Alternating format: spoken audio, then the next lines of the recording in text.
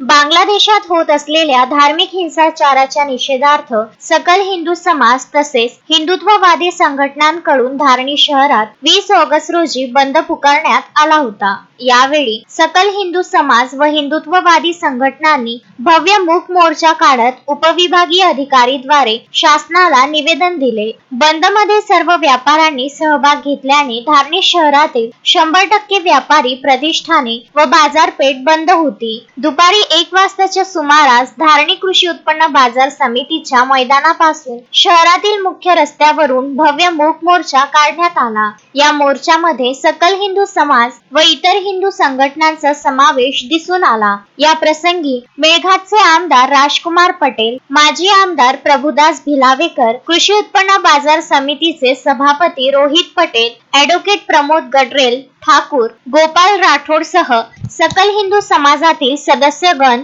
हजारोंच्या संख्येत मूक मोर्चामध्ये सहभागी झाले होते। 1 दिवसापूर्वी संपूर्ण बाजारपेठेला आवाहन करण्यात आले होते, त्याला सकारात्मक प्रतिसाद देत बंद यशस्वी करण्यात आला। बांगलादेशातील हिंदू समाजावरील अत्याचार रोखण्यासाठी भारत सरकारने हस्तक्षेप करावा अशी मागणी मोर्चातून करण्यात आली। याबाबतचे निवेदन उपस्थितांकडून उपविभागीय अधिकारी यांना देण्यात आले, ज्यामध्ये नायब तहसीलदार राजेश माळी यांनी निवेदन स्वीकारून पाठपुरावा करण्याबाबत आश्वासन दिले। मोर्चामध्ये सकल हिंदू समाजाच्या वतीने ॲडव्होकेट प्रमोद गडरेल, मेळघाटचे आमदार राजकुमार पटेल, कृषी उत्पन्न बाजार सभापती रोहित राजकुमार पटेल, माजी आमदार प्रभुदास भिलावेकर, सुनील चौतमल, गोपाल राठोड, दयाराम सोनी, शैलेंद्र मालवीय, सदाशिव खडके, श्रीराम मालवीय, श्याम गंगराडे, सुशील गुप्ता, राजू राठोड, राजा पाटील, क्षमा चौकसे,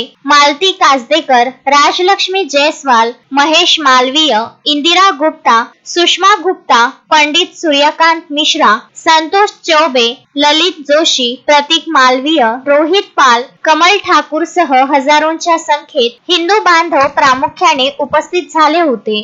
तस्मीन शेख, सुलेमान मेमन, जुगल किशोर जयस्वाल सह शकील अहमद, विदर्भ न्यूज, धारणी।